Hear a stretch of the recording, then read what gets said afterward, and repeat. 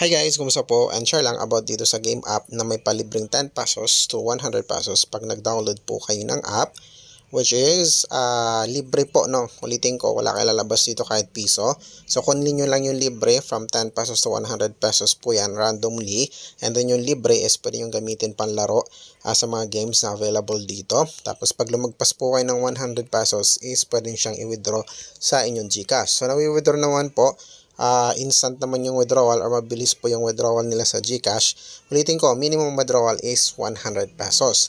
Now, gamitin nyo lang yung libre pong ibinigay nila. Okay, so hindi nyo na kailangan pong mag-deposit. Tapos, pag napatubo nyo ng 100 pesos pataas is pwede nyo nang i-withdraw anytime. Now, yung iba guys is nagde-deposit tapos nakakapaldo dito.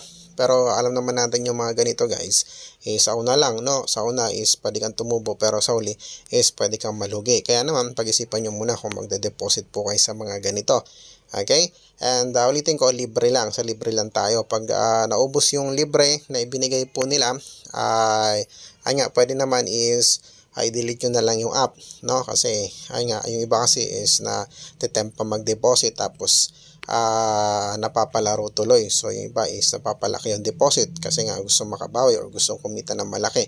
So yung iba is pwede, katulad nito nakapaldo ng 25k sa 1k niya, pero ulitin ko, hindi lahat ganito na kayang na pwedeng makatubo ng ganito. Madalas sa una lang, tapos yung sunod-sunod is pwede ka na matalo or malugi sa mga ganito. Alright, so sa libre lang tayo. Okay, so check na lang po yung link sa comment section or description section para makuha nyo po yung libre na 10 pesos to 100 pesos po nila.